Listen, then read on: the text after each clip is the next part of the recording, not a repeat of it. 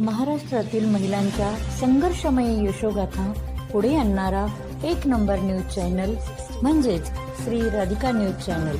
एक पाऊल पुढे, फक्त आणि फक्त महिलांच्या हक्काचे व्यासपीठ. सर्वप्रथम सर्वांना नमस्कार.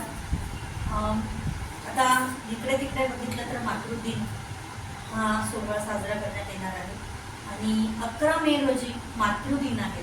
तर मातृदिन फक्त 11 मे एकच दिवस का साजरा करावा?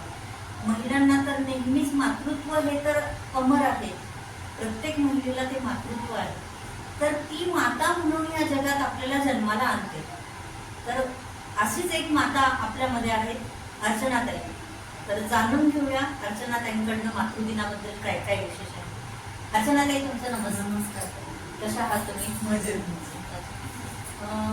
सर्वप्रथम प्रेक्षकांना तुमचं नाव सांगा. मिसेस अर्चना पुरविंदे. आता तुम्ही म्हणजे तुमचं सगळं बालपण मुंबईला गेलं हो, त्यानंतर तुम्ही नाशिकमध्ये आला हो. तर आई वडिलांच्या घरी तुमचं बालपण कसं गेलं? खूप मजेत गेलं, एकदम मस्त. म्हणजे मला गोष्ट सांगावं असं वाटतंय ते. माझे वडील AG ऑफिसमध्ये होते आणि 1962 मध्ये जिल्हा परिषद हे सुरू झालं. ZP office. तेव्हा माझ्या वडिलांना ट्रान्सफर मुंबईहून कोल्हापूरला झालं होतं. आणि मग नंतर त्याच्यामुळे आमचे कलेक्टर ह्यांच्याबरोबर आमचे घरगुती संबंध होते.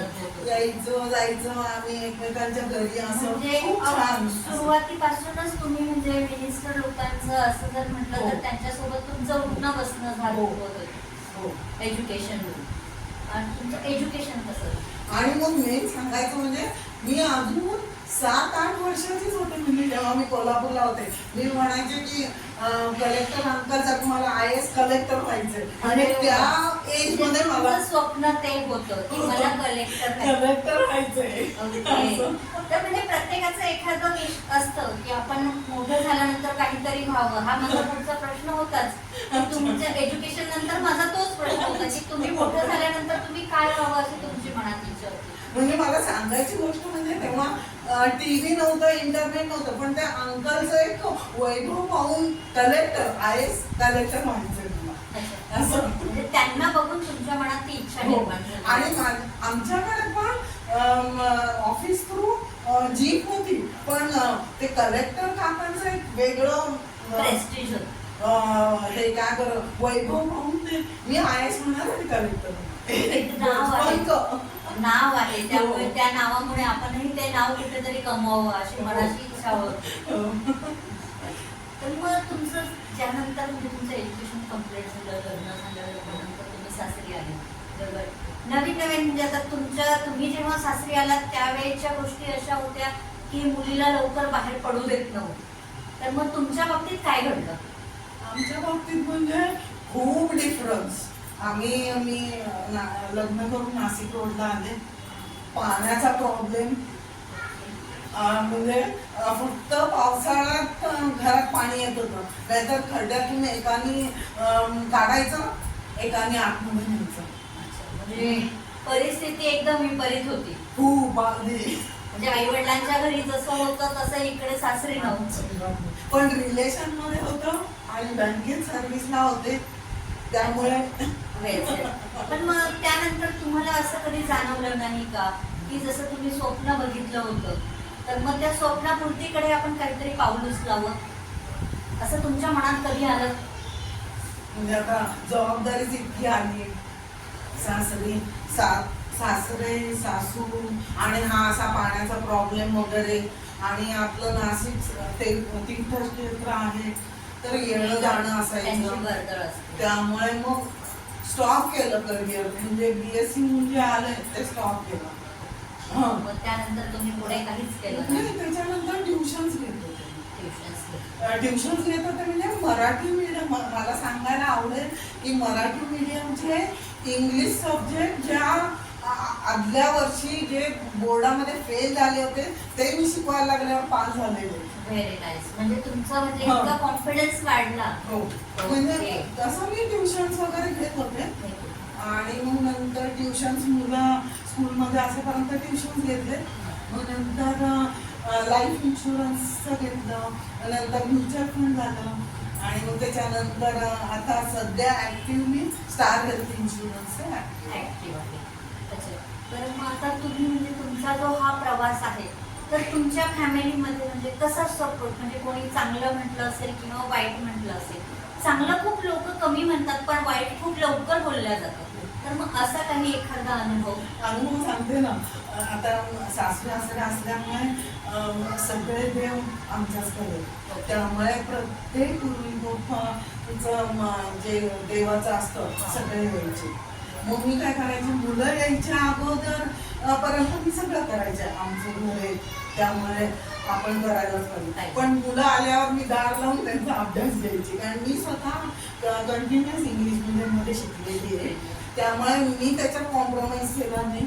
तर मी आमचे दीर म्हणायचे, अगं अर्चना चहा करायला ये. म्हटलं अहो आतापर्यंत एवढं सगळं केलंय ना, आता आई आहे, बायको आहे, बहिणी आहे, तुम्ही करून त्यांना सांगा, मला नका डिस्टर्ब करू. तेव्हा त्यांना राग यायचा. पण त्यांनी जेव्हा आमचे आता दोन्ही मुलं मोठ्या पोस्टवर मोठ्या कंपनीत झाल्यावर ते स्वतः त्यांना बोलले. अर्चनाचा तेव्हा राग यायचा, पण तिने करून दाखवलं. म्हणजे जो काही डिसिप्लिन आहे तो तुम्ही मेंटेन ठेवला आणि त्या डिसिप्लिनचा आज तुम्हाला फायदा होत आहे. तर मग मुलांनी कशा प्रकारे साथ दिली? मुलांनी खूप, कारण मी मिस्टरांच्या विरुद्ध जाऊ शकत नव्हते ना.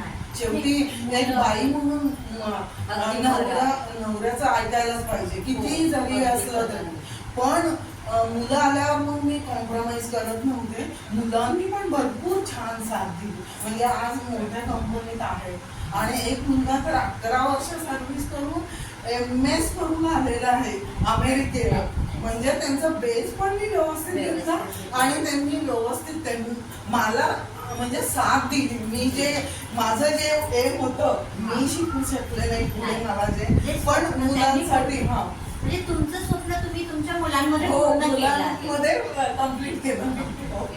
आणि अगदी छान आहे. असं मला खूप आनंद वाटतोय की तुम्ही म्हणजे असं छानपैकी स्वप्न बघितलं, जरी तुमचं पूर्ण नाही झालं तर तुम्ही ते तुमच्या मुलांकडनं पूर्ण करून घेतलं.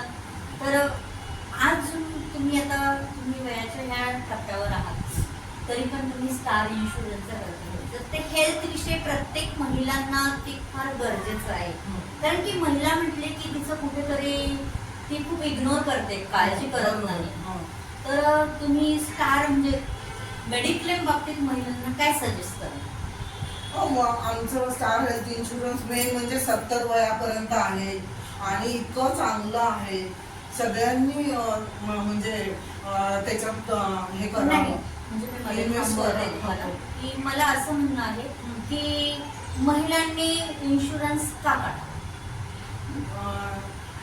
जेणेकरून म्हणजे त्यांना काय फायदा आहे?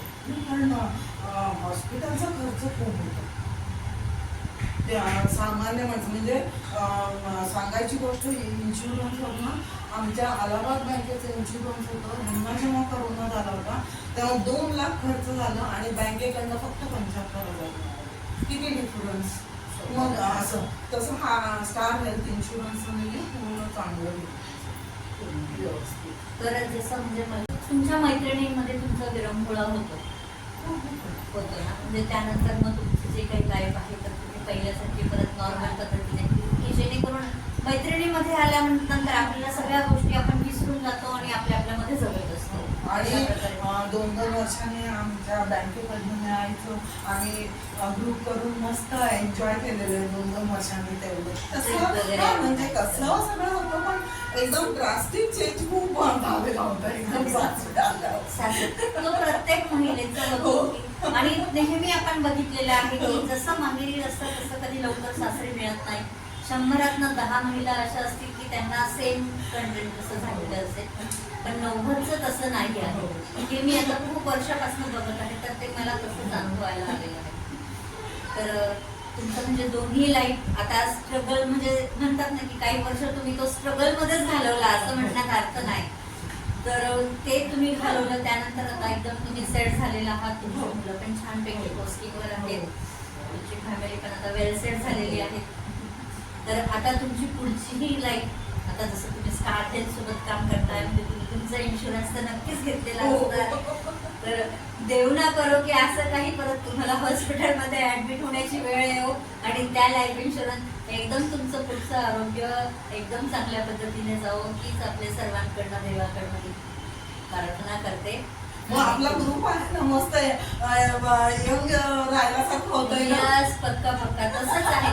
आपण तीच एनर्जी दाखवण्यासाठी की अजून म्हणतात ना की मनाने आपण कधीही एकदम यंग राहायला पाहिजे. हो. वय हे कागदोपत्री वाढत आहे, बरोबर. त्याला इग्नोर करायचं आहे, हो, बरोबर. मनाला जपायचं हो. नाही पण एकदम मनाने यंग राहायचं हो.